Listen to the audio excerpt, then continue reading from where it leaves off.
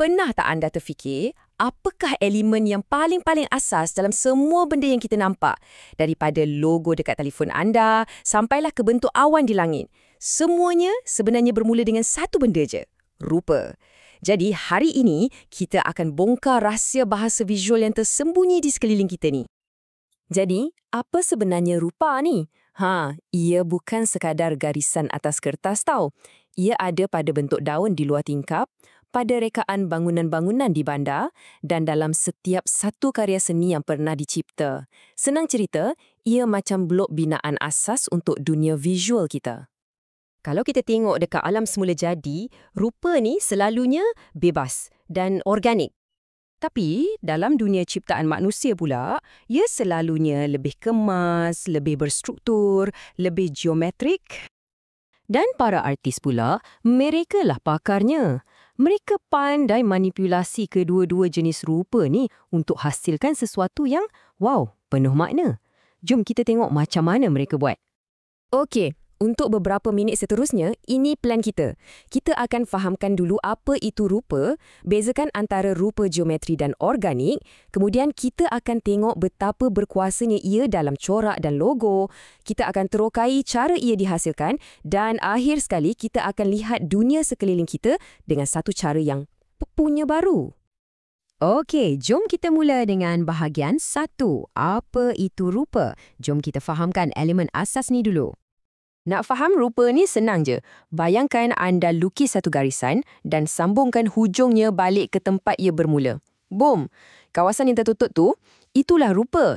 Ia rata, ia dua dimensi. Macam bayang-bayang lah. Ada panjang dan lebar, tapi tak ada kedalaman. Simple kan? Seterusnya, bahagian 2, rupa geometri dan organik. Boleh kata ini macam dua keluarga bentuk yang sangat berbeza. Di satu belah, kita ada rupa organik. Yang ni liar sikit. Dia bebas, beralun, spontan, macam alam semula jadi. Kat belah satu lagi pula, kita ada rupa geometri. Yang ni kemas, tepat, bersudut dan teratur. Selalunya dihasilkan oleh tangan manusia dengan alatan yang jitu. Cuba fikirkan bentuk daun yang tak simetri atau garisan awan yang sentiasa berubah-ubah ataupun tumpahan cat atas kanvas. Semua ni contoh terbaik untuk rupa organik, cantik dan tak boleh dijangka. Kalau tadi organik, sekarang kita tengok yang geometri pula. Yang ni lain macam sikit. Kita boleh nampak kesempurnaannya dalam corak heksagon sarang lebah, garisan-garisan tegas dekat bangunan pencakar langit, dan dalam seni mozaik Islamik yang sangat mengagumkan dengan simetri matematiknya. Okey, bila kita tengok sesebuah karya, mata kita secara automatik akan tertumpu pada objek utama kan?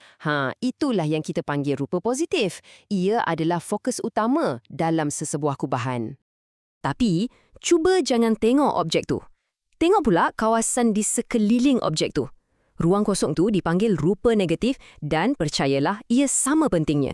Mereka yang hebat, dia akan bermain dengan ruang ni. Kadang-kadang, rupa negatif itu sendiri yang menceritakan satu kisah tersembunyi. Semuanya bergantung pada apa yang anda pilih untuk lihat, sebuah pasu atau dua wajah yang saling berhadapan.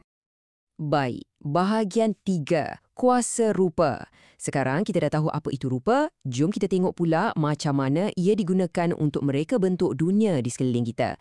Daripada sekecil-kecil corak, sampailah ke logo yang ikonik. Para pengkarya, diorang bukan setakat guna rupa tau. Diorang main-main dengan rupa. Dengan cara menindih, menambah atau membuang sebahagian rupa asas, mereka boleh cipta corak yang sangat kompleks daripada elemen yang paling ringkas. Dan kuasa rupa ni, ia jauh lebih hebat dari sekadar corak. Ia adalah asas kepada simbol-simbol yang paling kita kenali.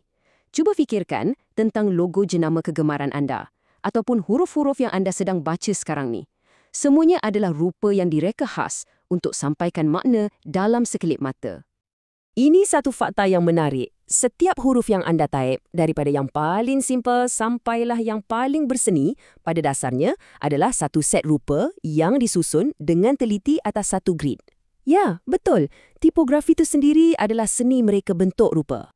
Seterusnya, bahagian 4, menghasilkan karya rupa. Jom kita intai sikit beberapa teknik yang digunakan untuk mencipta rupa. Macam-macam cara ada untuk menghidupkan rupa ni. Pengkarya boleh guna stensil untuk dapatkan hasil yang kemas dan tepat.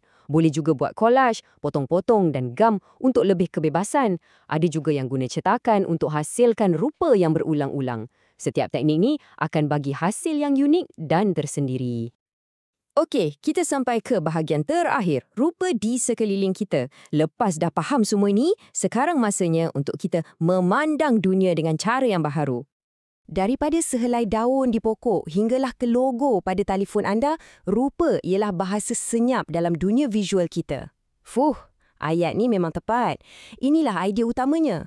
Rupa ni macam abjad untuk bahasa yang kita semua faham secara visual, walaupun tanpa perlu guna sepatah perkataan pun. Jadi, saya nak tinggalkan anda dengan satu cabaran. Lepas dah habis perkongsian ni, cuba pandang sekeliling anda.